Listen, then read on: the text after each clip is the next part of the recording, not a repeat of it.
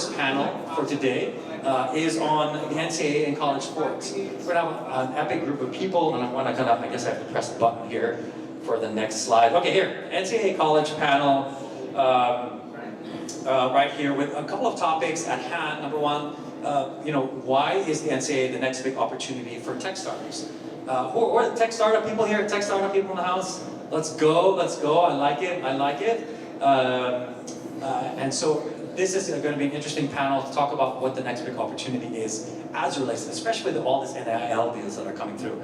And number two, also, what is the process to adopt the new technologies and some of the hot areas that are of interest in the tech world. So we're really excited for this panel coming up. We got a bunch of really good experts that are here.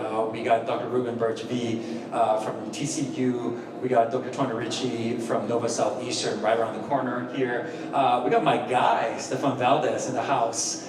Known this guy for years, and he's here on behalf of his company and his amazing facility called Movement Lab, right here in Miami Lakes. And we got the CEO of NILENT, Simmons, and Robert Mazzucchelli, who is the chairman and chief marketing officer of SportsEdTV.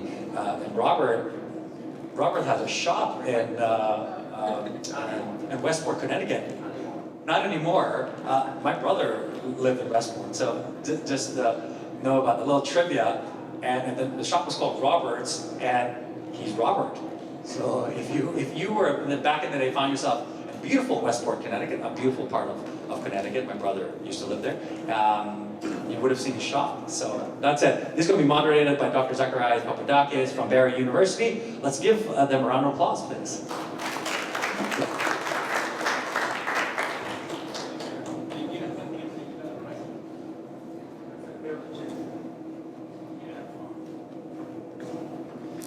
So good morning, everybody. My name is Zacharias Papadakis.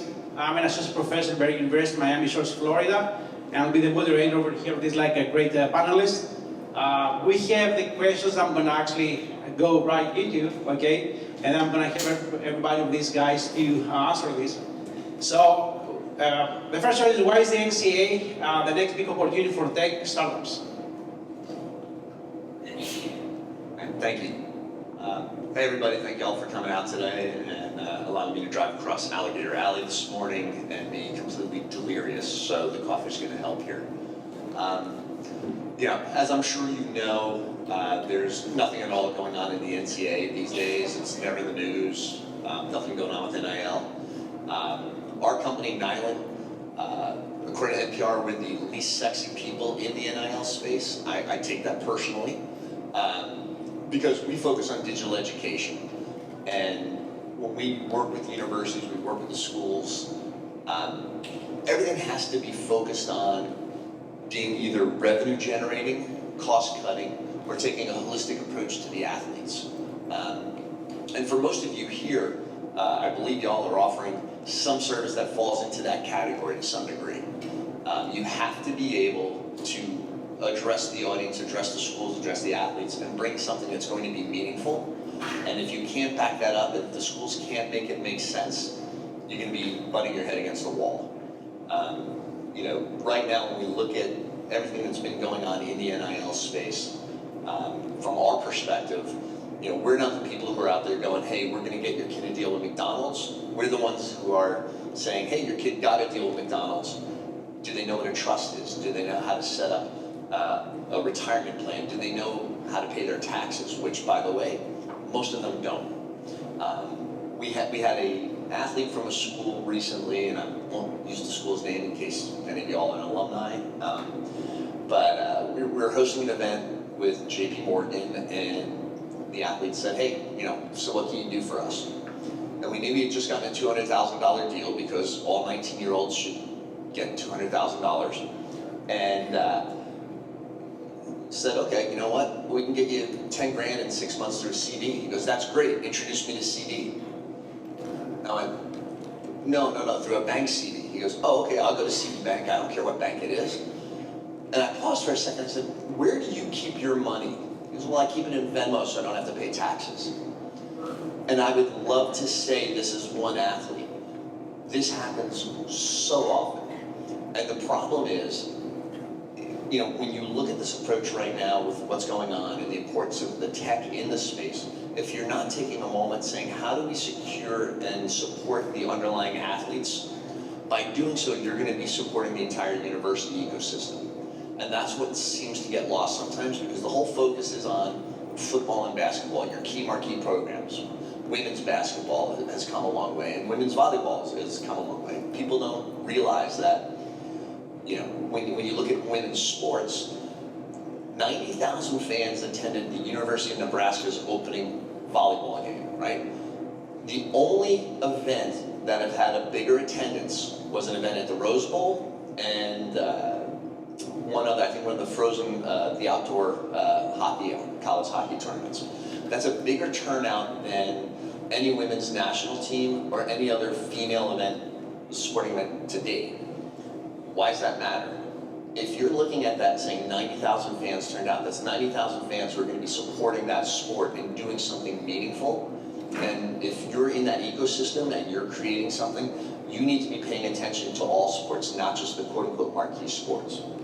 So, for us, coming in and being able to be a true, enterprise solution, when we can go into a university and say, here's what matters, let's figure out how we can help you. That's the approach that seems to work the best. Being able to provide a holistic approach to supporting the athletes, but being very mindful that more than anything else right now, revenue generation or cost cutting are the two things that are paramount to any kind of approach to universities. Thank you so much. Good morning, everyone. Get your announcements. My name is Stefan. I'm a physical therapist, so I'm speaking more from a clinician standpoint. I have experience in the collegiate sector and professional level sector as well. So for me, the tech startups have the opportunity with NCAA because you have so many data points. It's like the biggest lab in health and human performance in pretty much the entire world. You got your D1, D2, D3, so there's different opportunities depending on where you're trying to go into as far as your entry point. But as long as you solve a problem that is meaningful, that improves the human interaction when it comes to communication, when it comes to making decisions, not so much just relying on these data points. In the private sector, we see guys with all the opportunity because they're playing at professional level and they're playing in the D1 level. But then those guys in those D2, or females of course, in those D2, D3 don't have the same opportunity as those higher end athletes. So when it comes to tech startups, you have these opportunities to entry into those barriers and help improve the efficiency of the decision making, help improve the ability for these coaches and these health and human performance medical individuals, whatever you want to call it, have the opportunity to be able to enhance your ability to make decisions to better care for the athletes. At the end of the day, these athletes are now diving into this NIL space, which is a huge market as well. And you can go direct brand partnership with these athletes as well because they have now, their health is basically, they can monetize their health now. So there's so many opportunities when it comes to that. So I think it's sky's the limit when it comes to everything in NCAA for tech startups. Thank you. All right, good morning, everybody. My name's Reuben Burch, so I'm going to give you two perspectives from my last job to my new job. So I used to be at Mississippi State. I started and ran the Athlete Engineering Institute, and we were really successful in the sports space because we partnered with all the sports teams, but those coaches helped us get our foot in the door of really anything else, whether it's the industry sector or DoD. So we were seeded with about $2,500, and in a few years turned it into $50 million. And so that's a lot of funding for a research center. But if I were to break it down for you, probably only $2 million came from sports. So most of the other money came from DoD and industry. Where we were able to find our foothold was there's all kinds of tech startup, that originates in sports. Sometimes it'll, catch a stream and run in the NCAA, but then it may survive a couple of years because it gets bought out, replaced by the new version. It was neat at the time, or it was too niche for one area and it didn't, span well. So we started in the space of inventing our own stuff, but we actually found it was better to take everybody else's stuff that was invented for sports purposes and apply it to those DoD and industry sectors. So again, it was pretty easy to get a $5 million, $10 million award based on something that started with some type of maybe it's core body temperature, reduction. Maybe it's a full markerless biomechanical assessment that allows us to apply it to pilots and other tactical athletes. I would say the industrial sector was probably our most successful with the Toyotas and Nissans and kind of that repetitive motion task world. So, but there is a lot of opportunity for tech startups in NCAA, but the ones who I think survive the best are the ones that quickly get hands-on with those elite performers. They make a name for themselves because they're tied to somebody's favorite brand, and then they're able to quickly move into some type of large government spend, like an IDIQ contract, or some type of Department of Homeland Security gets interested, or those are the things that tend to have staying power because those contracts have staying power, and the contract may last 10 plus years, which kind of leaves you relevant in a really large sector. So that's one perspective. Well, now I'm at TCU, and I'm their VP of research, and they're the only university that actually wrote in athletics into their research strategic plan. And another problem we're trying to solve, going back to NIL, is there's donor fatigue.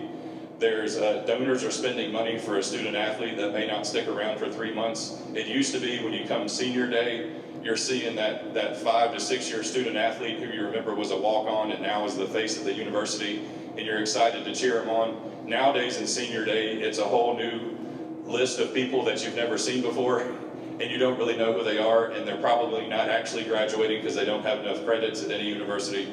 And so it's a completely different ballgame.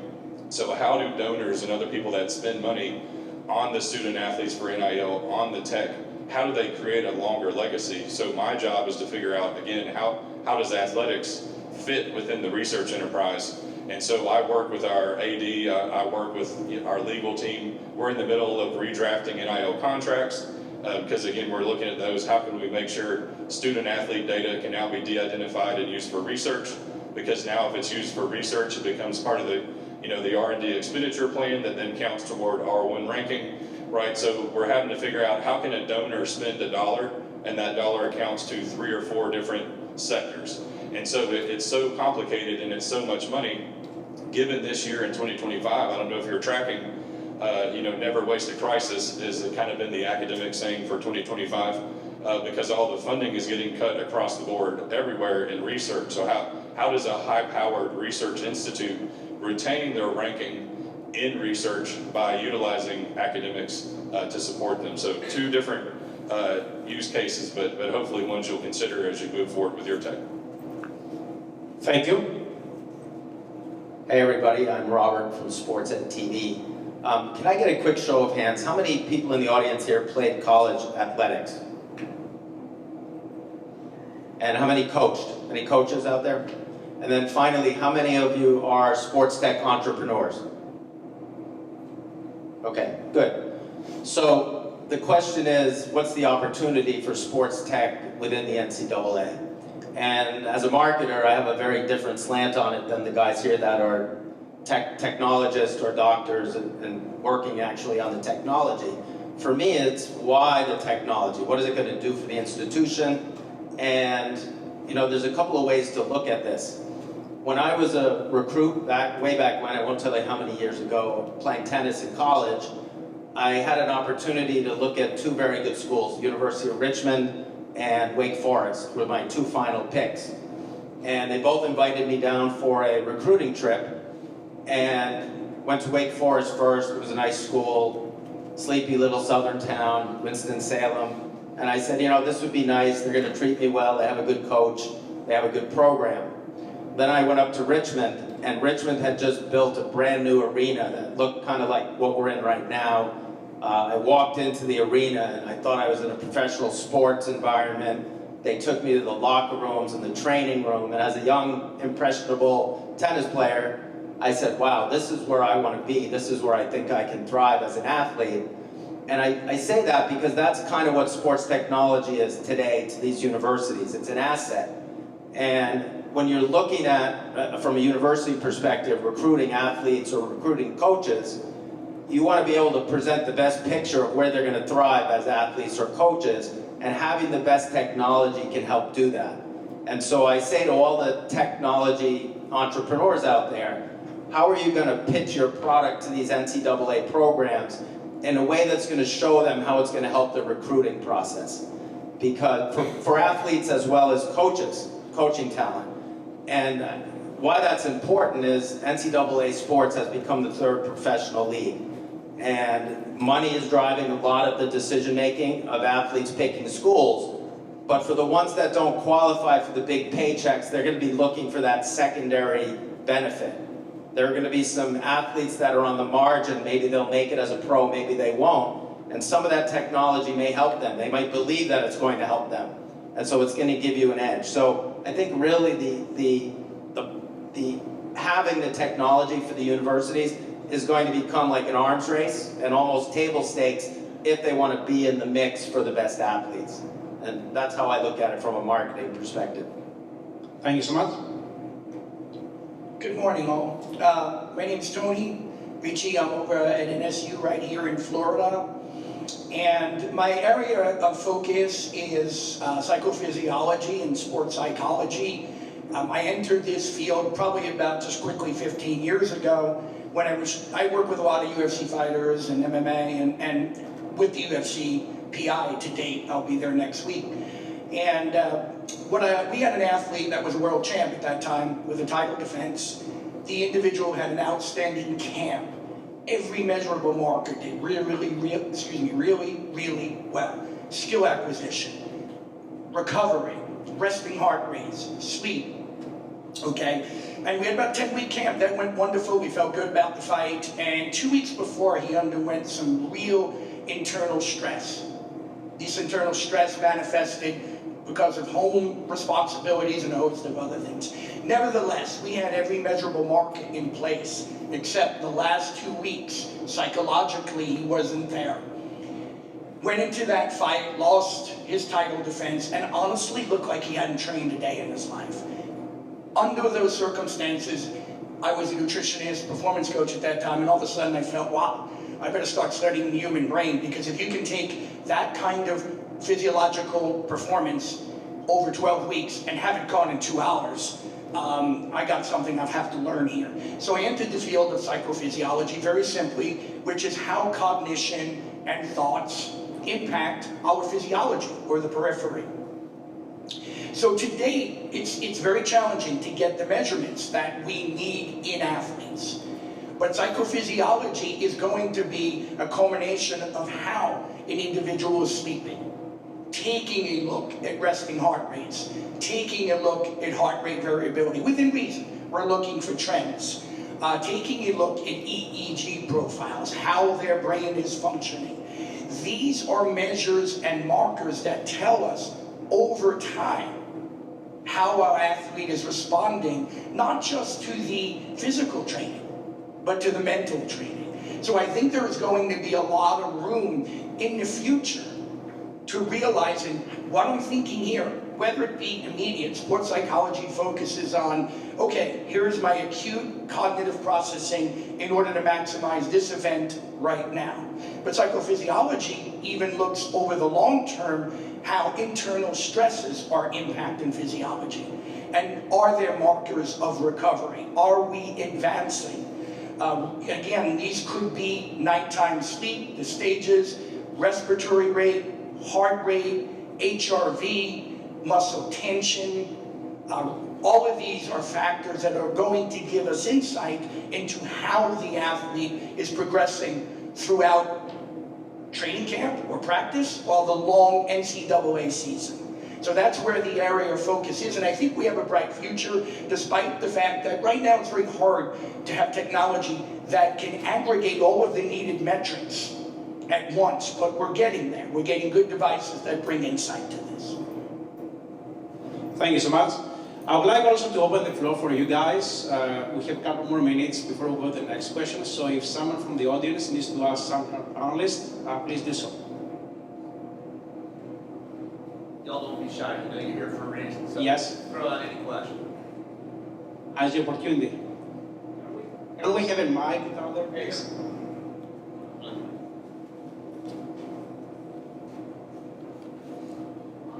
on teaching boards.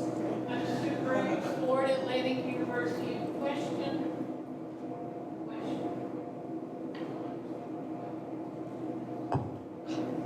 Sue Graves, Florida Atlantic University, a question for all of you. There are some of us, including Tony, and we've talked about this, about educating our students as they come up, because several of you have the experience with universities, etc. But what we're finding, and congratulations to the students, can I see a show of hands of students who are here? Thank you very much for coming. I could not get one of my students here. But the issue that we have with our side, and especially, Reuben, you can identify with this, as faculty, sometimes it's very difficult. If I work with a baseball team, it has to be their off season. There are certain NCAA things that if I make them do things, that's time away from practice. What can we do, and not everybody's here from a university, but what can we do to help our students and also continue to educate ourselves so we can offer different opportunities and experiences? And I know several of you already have internship experiences that some of our students can sign up for, et cetera, et cetera. So I'm basically here to learn, and if anybody can just take a stab at that, I'd appreciate it. Thank you. Yeah, I can give you a few examples. So never forget the power of the IRB retrospective study, which allows you to take de-identified data that's been pre-collected for purposes other than research and use that within the classroom. And so that means even though it is seasonal and you may only get access to them in the summer, you have potentially years worth of data that you can use for your students and for publications. Some of our best papers that we ever did came out of the classroom when we chose to partner with a football or a basketball. And when I was still teaching as a teacher, I would usually work with the strength coaches, so that's probably the best person to work with. And so we would line up studies that we would intentionally do during the season, because we'd identified areas where the students could go in and support specific things, so that the sports coaches got something out of it and then the students got something out of it. We just had to get in front of it by about 3 months. But I've got probably 3 days worth of examples I could give you, but those are two. We'll start there, so if you want to catch up later, I'd love to. And I really appreciate that you're here, and this couldn't have been a better time scenario, because we've been talking with A.D. White, and we'll actually be at FAU on February 5th doing an NIL summit. But your point is exactly that. Trying to find a convenient time to get all athletes together, it's not going to work. You're never going to find that one time. But there has to be a reason to incentivize them to be there, right? And I know, as the former shortest and fattest D1 athlete at my university, last thing I want to do is come in on my off day and spend 5 hours listening to somebody talking about taxes. You're just not going to get the audience. But if you're able to do something that incentivizes the athletes so they understand there's an actual value for them being there, but at the same time, that has to come from the faculty side, right? If the athletic department's not getting behind something saying, there's a reason you're here, right? And you can't sit back and argue in the NIL world that I don't have the same opportunity as somebody has at Georgia if I'm not going to show up and take advantage of that. So the stake comes from both sides. Thank you so much.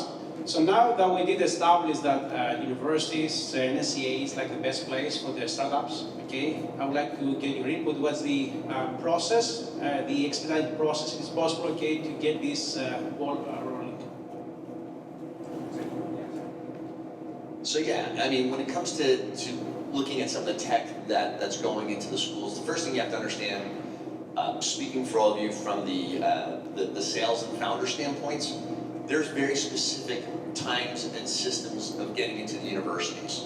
And there's a lot of hurdles that comes with it. So you have to, again, make sure that you're doing something that's going to be accretive and important for the university. You can have the greatest idea, but if you don't have some sort of buy-in and some sort of anecdotal evidence, nobody wants to be a pioneer. Right? Unfortunately, because the old analogy, the pioneers are the ones with the arrows in their backs. So it's very hard to be that first one in.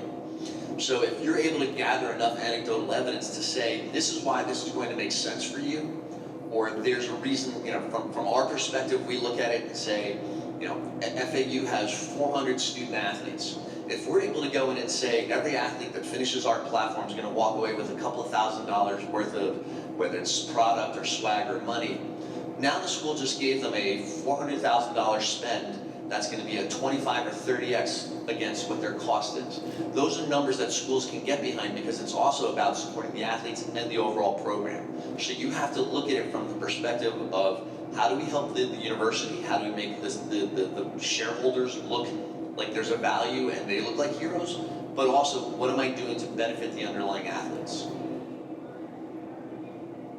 So I'll speak more from a coach's point of view right now. As coaches, we don't want more dashboards, we don't want more data points, we want concise.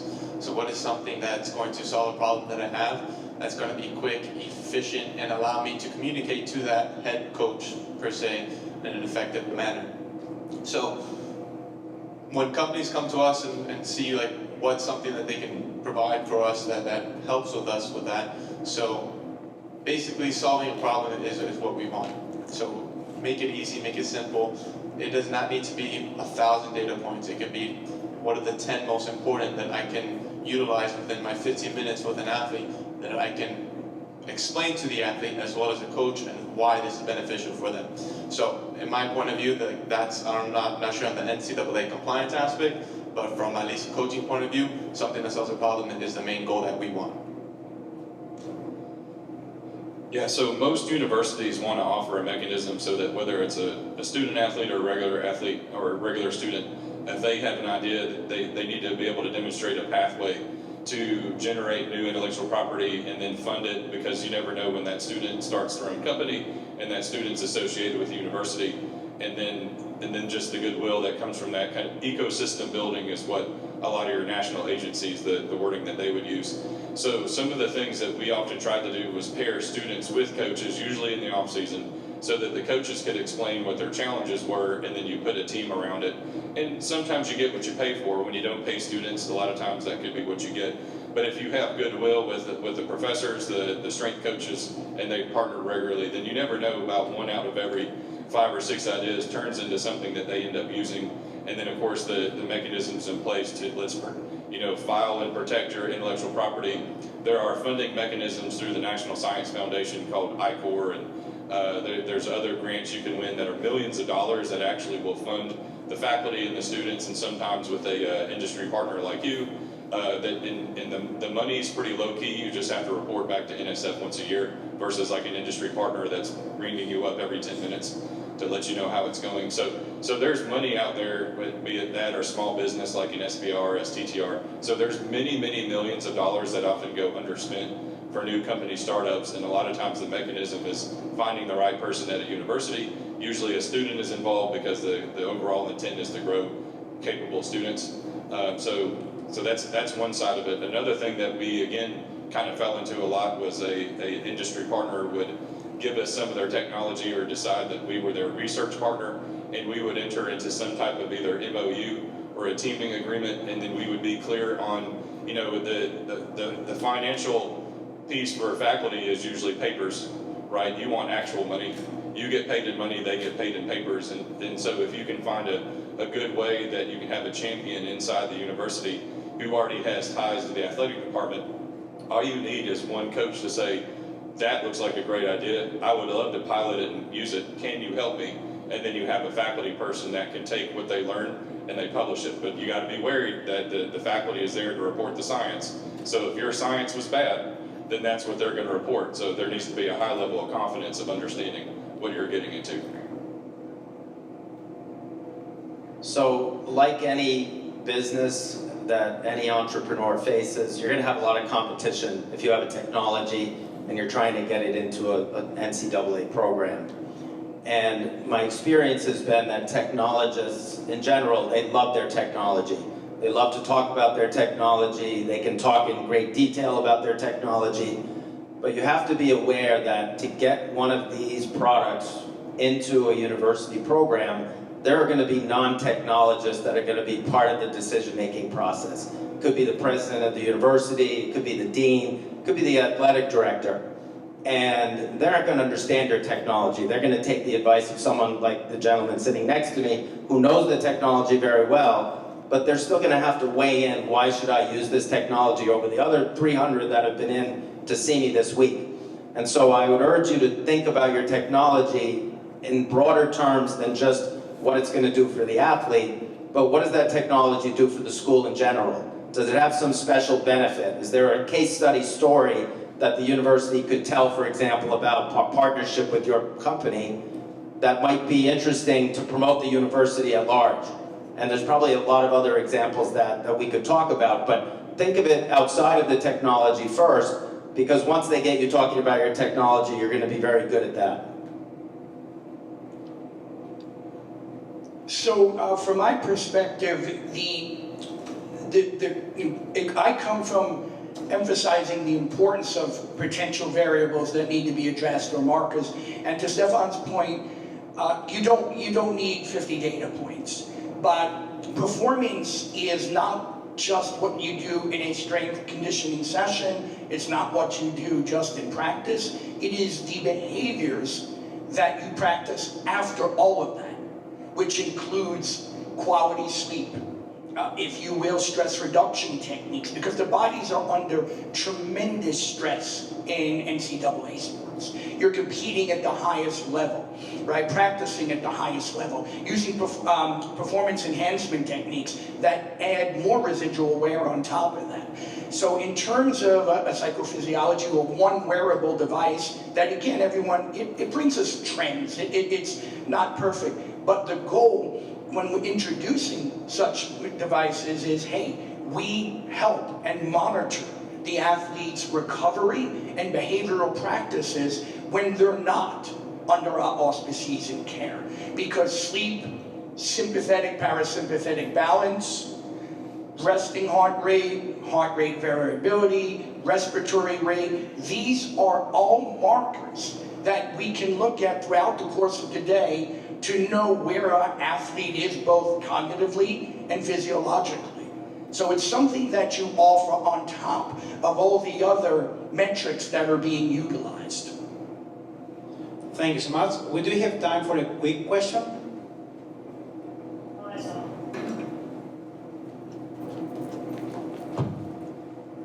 When you're bringing a technology into colleges now, the biggest difficulty in maintaining it is the turnover.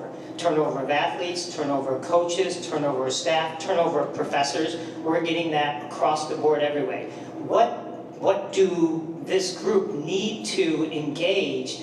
Because the consistency of understanding how to use it, to the desire to use it, to the people who bring it in who are no longer there. That's a big challenge we see now. Yeah, so I'll start. I think as in any business relationship, you have to make sure you have relationships with more than one or two people, right? So build a coalition of supporters within the environment so that if one leaves, you still have a team of people there that you can go to and discuss your technology with, or make sure they're still your advocates. Yeah, I'll build on top of that, because as someone who tries to partner with DOD and even the sports teams a lot, DOD turns over every 2 years. You know, so as soon as you got everybody bought in, they're gone. And if you're good in sports, you're gone in 2 years. If you're bad in sports, you're gone in 2 years. If you're mediocre in sports, you may get a third year, right? So it's you have to bring in what I would call like a task force, so that I'm getting as many eyes on as possible, so that they see this is the most relevant thing you need to continue when everything turns over. So I know I've done a good job when the new strength coach who shows up to replace the one I just worked with for years, they give me a call and say, hey, I was told you're the first person I need to call, so that we can keep doing all the things that I'm told we're working well. So it's hard to do. You basically have to wake up every day and re-prove yourself to athletics. So one thing that I used to do is I would try to have like my morning meetings with athletics where we'd just work out together and have discussions, and sometimes we did work out, sometimes we had a conversation, but I was always present, because athletics moves entirely too fast. If you don't see them for a week, you can assume half of them probably have already forgotten you. So you have to insert yourself in there constantly. The last thing I'd add on that, Sorry, Burch, on the maximum relationship, platform that you can share, are you finding a technology platform that you're sharing or working within to keep that professional Indian history alive through documentation? between the academic side and the athletic side for Dr. Burch? Yeah, you're not going to like this answer. We built most of their internal stuff.